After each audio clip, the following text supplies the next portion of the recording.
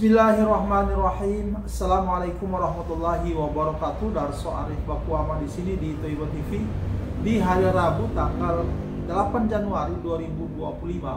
Kali ini saya mau mengabarkan perkembangan perkara investasi batubara Jamaah Masjid Darussalam tahun 2009 lalu yang penggeraknya adalah Jam'ah Nurhoddin Mansur atau Yusuf Mansur. Ibu Ilis Siti Rahma, salah satu investornya, telah menggugat Yusuf Mansur dan beberapa pihak di Pengadilan Negeri Kota Bogor. Di pengadilan tingkat pertama itu, gugatan Ibu Ilis diterima, Yusuf Mansur dan teman-temannya dikalahkan. Kemudian oleh Yusuf Mansur dan salah satu tergugat mengajukan banding ke Pengadilan Tinggi Jawa Barat. Di pengadilan tingkat 2 ini, banding Yusuf Mansur dan salah satu temannya, salah satu tergugat itu ditolak oleh Pengadilan Tinggi Jawa Barat. Yusuf Mansur dikalahkan pada fase ini. Belum puas dengan keputusan Pengadilan Tinggi Jawa Barat, Yusuf Mansur kemudian mengajukan kasasi ke Mahkamah Agung. Nah, saudara-saudara, apa alasan Yusuf Mansur dalam memori kasasinya yang dikirim ke Mahkamah Agung lewat Pengadilan Negeri Bogor? Hari Selasa baru kemarin, tanggal 7 Januari, saya bersama Zeni Mustafa dan Sudaryanto, dua kuasa hukum dari Ibu Ilis Siti Rahma, berada di Pengadilan Negeri Kota Bogor. Kemudian Zeni Mustafa menyampaikan kepada saya, kepada kita semua, ada dua alasan pokok Yusuf Mansur mengajukan kasasi ke Mahkamah Agung. Dalam memori kasasinya, Yusuf Mansur mengatakan bahwa Pengadilan Negeri Kota Bogor itu tidak berhak mengadili perkara ini. Padahal dalam keputusan sela pada Pengadilan Negeri Bogor itu sudah dijelaskan begitu lengkap bahwa Pengadilan Negeri Bogor lah yang punya wewenang untuk mengadili perkara ini. Yang kedua, alasan Yusuf Mansur kenapa dia menolak Pengadilan Negeri Kota Bogor yang mengadili perkara ini, karena menurut dia perusahaan Adi Partner Perkasa adalah perusahaan syariah, sehingga yang punya kewenangan mengadili perkara ini adalah pengadilan agama. Yusuf Mansur ini adalah orang yang mencoba mencari alasan-alasan bagaimana mungkin Adi Partner Perkasa itu adalah sebuah perusahaan yang bernilai syariah, sedangkan dia sendiri sudah pernah berperkara dengan CIMB Niaga terkait garansi bank. Ada upaya-upaya untuk mencari-cari keuntungan lewat garansi bank yang diajukan kepada CIMB.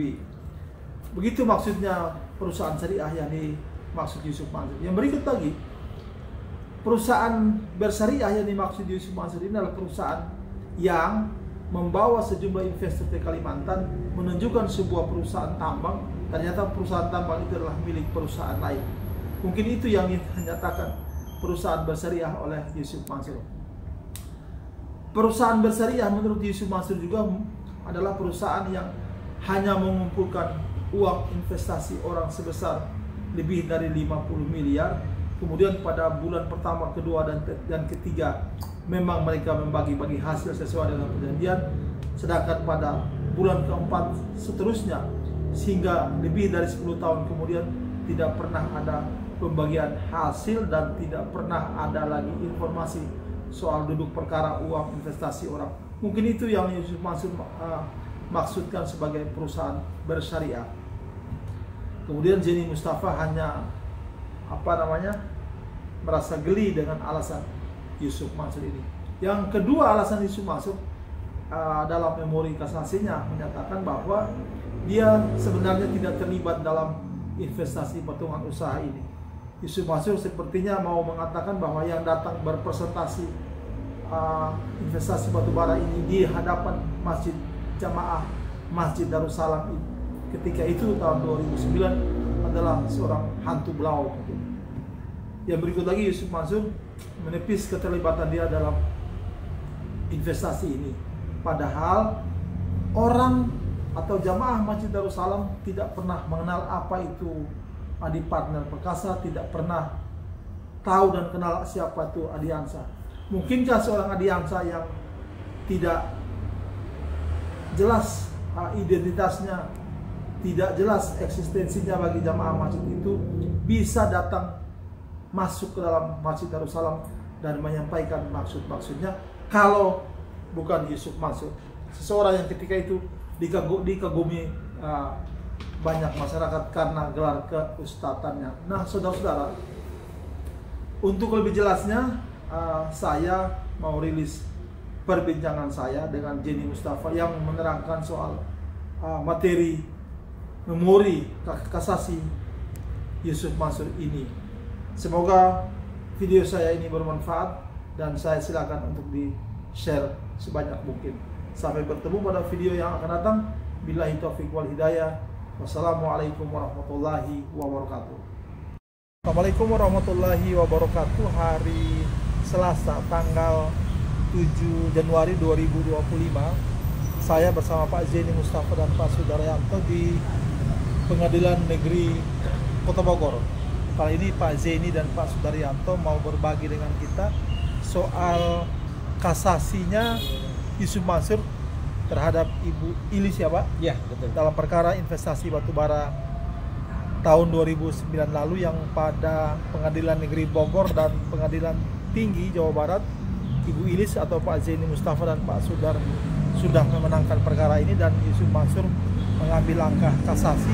Nah, hari ini Pak Zeni mau sampaikan kepada kita apa saja memori kasasi dari Yusuf Mansur dan bagaimana persiapan Pak Zeni untuk menghadapi kasasinya Yusuf Mansur ini, Pak.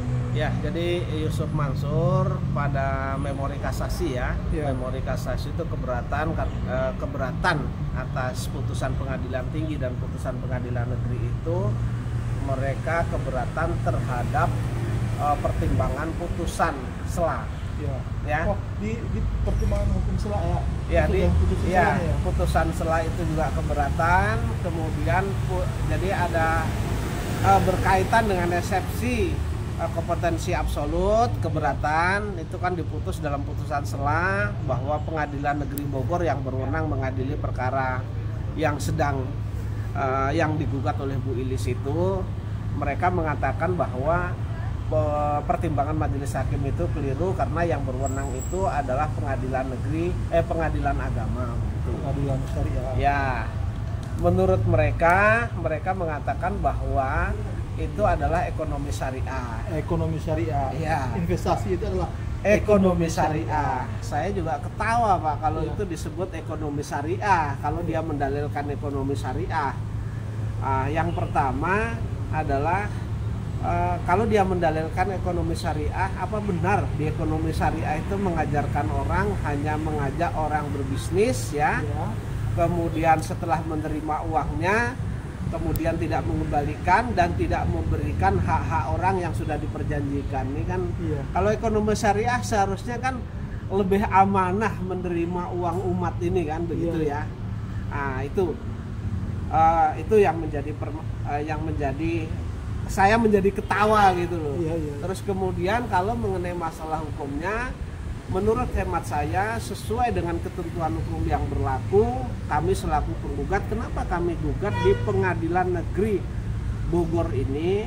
Karena pertimbangannya adalah bahwa di dalam perjanjian yang diteken oleh klien saya dan salah satu tergugatnya itu adalah di sana ada pilihan hukum. Ketika investasi pilihan hukumnya itu menyatakan apabila dalam investasi yang diperjanjikan ini menjadi masalah, maka mereka memilih akan diselesaikan di Pengadilan Negeri Bogor, ya kan? Artinya sesuai dengan ketentuan hukum perdata, ketika orang melakukan pilihan, tentu pilihan mana tersebut harus ditepati kan, begitu. Sesuai dengan ketentuan hukum, begitu, Pak.